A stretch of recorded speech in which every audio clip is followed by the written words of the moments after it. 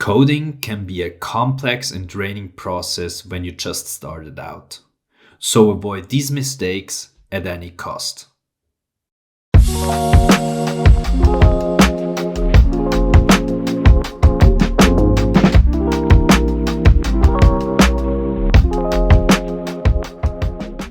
So let's start with mistake number 1. For me, that's not documenting your code. So while you're coding, you're in your little tunnel and you know exactly what you're doing.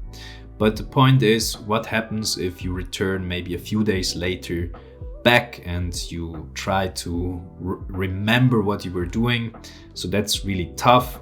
And basically what happens is you forget what you were doing. So avoid it by commenting, for example, your code or writing a README file. So this is very important to document what you're doing. What does a certain code segment do? And this is mistake number 1 for me. Mistake number 2 is to not log your code. What does that mean? So logging is basically a technique you do in order to understand what the code is doing at a smaller scale.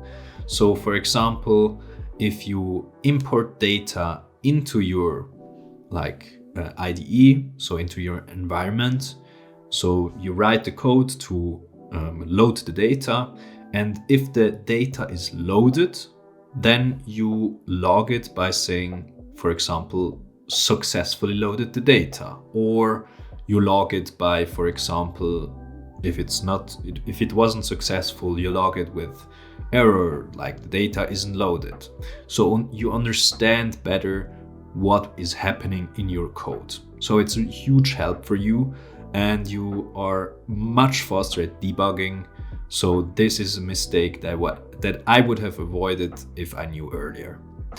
And now we are at mistake number 3, and that is very similar to logging. That's exception handling.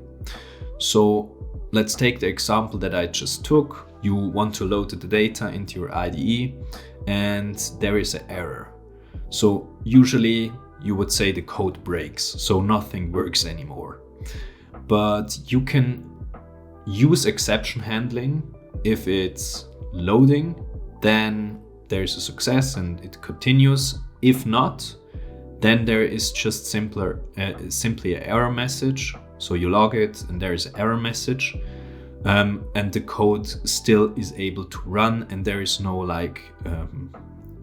huge catastrophic error that the whole script breaks.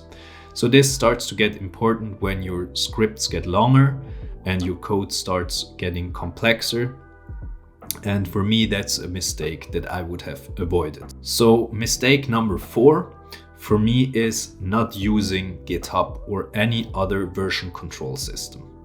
I would have loved to know about GitHub earlier because it's such a good tool to save your code and to have this environment that you can have an overview of your code.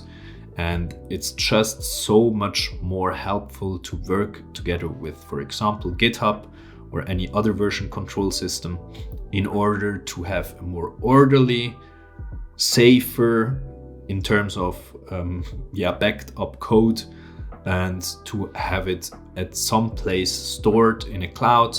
And that's just a beautiful thing that I would recommend everyone to use when you start with coding, or use it as early as possible. Let's put it this way. And number 5 for me personally is do not reinvent the wheel. So what that means is, if there is a library that can do the work that you intend to do, use the library. There is no point in rewriting a code that is already written. Use as many code snippets as you can from other people and make a new code out of it. So make it more custom to your use case, but do not reinvent the wheel or try to reinvent the wheel. Of course, if you're interested in how things work, do it, but other than that, don't overcomplicate it. So these were the mistakes that I did when I started out with coding.